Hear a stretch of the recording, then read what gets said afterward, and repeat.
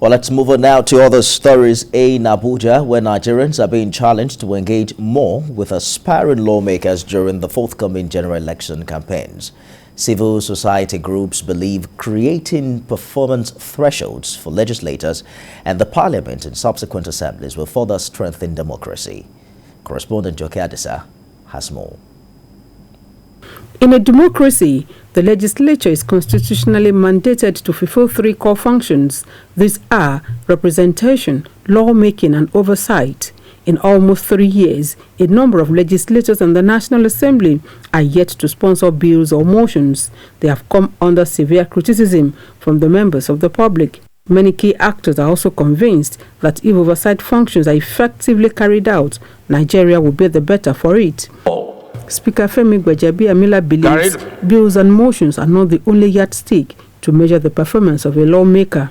The propensity for certain lawmakers to just sponsor bills and have them dumped. And so we also developed what we call a bills dumping index, right? So we want to be able to categorize those who are actually working and those who are pretending to be working. This coalition of civil society organizations is galvanizing citizen support towards holding public officers accountable, particularly as the 2023 national elections draw near.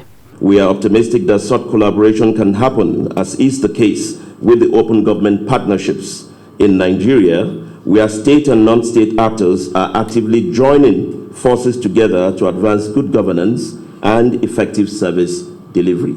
Gender mainstreaming. I mean, that's also another key conversation to be having right now that we're looking at constitutional review amendment amongst other engagements with the legislators. The coalition calls for media support as it advocates enlightenment for the citizenry. What we need to do is to engage them in such a way to get the information, and we need you to put it out there for Nigerians. The 11 or 12 of us here, no matter how much information, factual information we have, without you putting it out there correctly to Nigerians, there is to an extent that we can go. How do you see the attendance at committee meetings, for instance, to be able to determine whether a committee is working? Are you able to observe and monitor their oversight, to be able to place a judgment on their work?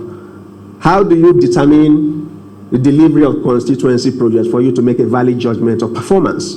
The civil society groups say they are adopting constructive engagement with the National Assembly on critical governance themes, including but not limited to electoral reforms, constitutional amendment, anti-graft, extractive transparency, and public finance management. Joke Adisa, TVC News, Abuja.